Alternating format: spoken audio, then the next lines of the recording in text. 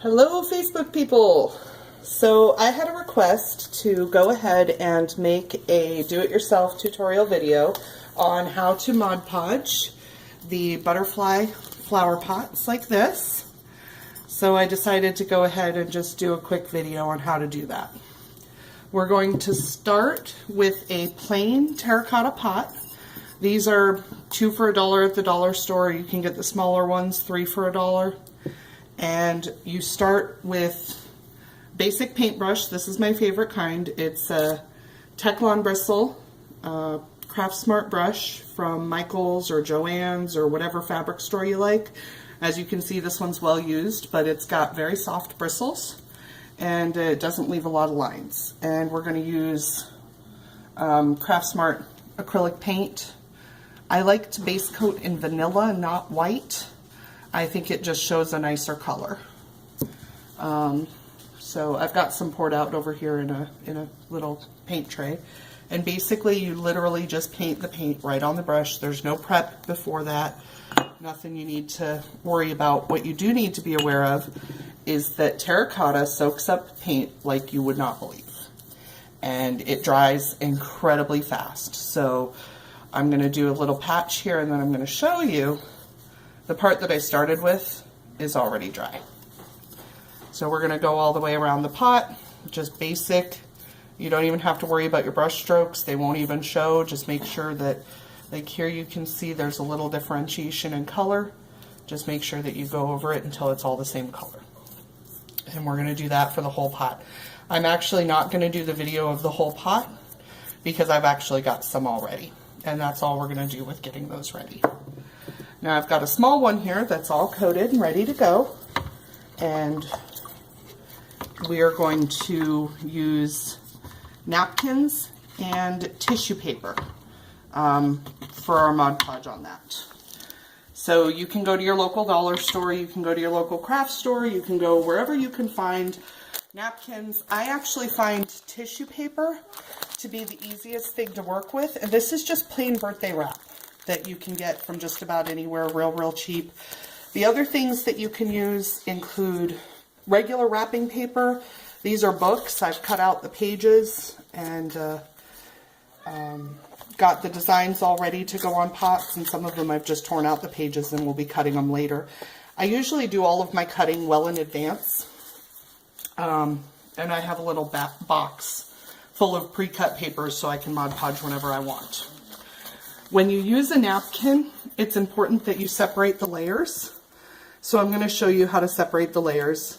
I dampen my fingers just a little bit with water, or, I like them, but, that's up to you. And I literally just scratch them apart, and you should get a little air pocket here that you can get your fingernails or your fingers in between, and you literally just pull it apart like that.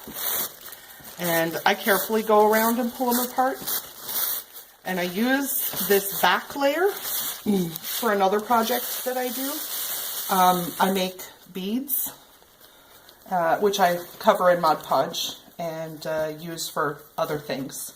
The other thing is these are still usable as kitchen napkins. Basic cutting. We're not going to be using this design, but I'll show you how easily it cuts. You can cut it with scissors like this. This is the method I prefer. There is another method that a lot of people use where you take a small soft brush and you wet the brush and you literally run it around your design and the paper then tears. And the theory behind this is it's going to be easier to blend when you're putting the Mod Podge on it. The reason I don't prefer this method is because you can see how easily it pulls apart, and I'm always afraid I'm going to ruin my design. But of course, if you're comfortable with it, that's the other method that people use. So I've got some already cut out and ready to go. We've got our little pot already base coated. So what we do now is I usually start with the largest element of my design, and I decide where I'm going to place it. Now in this case, I can see this butterfly's wing is a little bit torn. So I'm going to try to place it somewhere where that wing is going to not be as noticeable. I think I'm going to go something like that.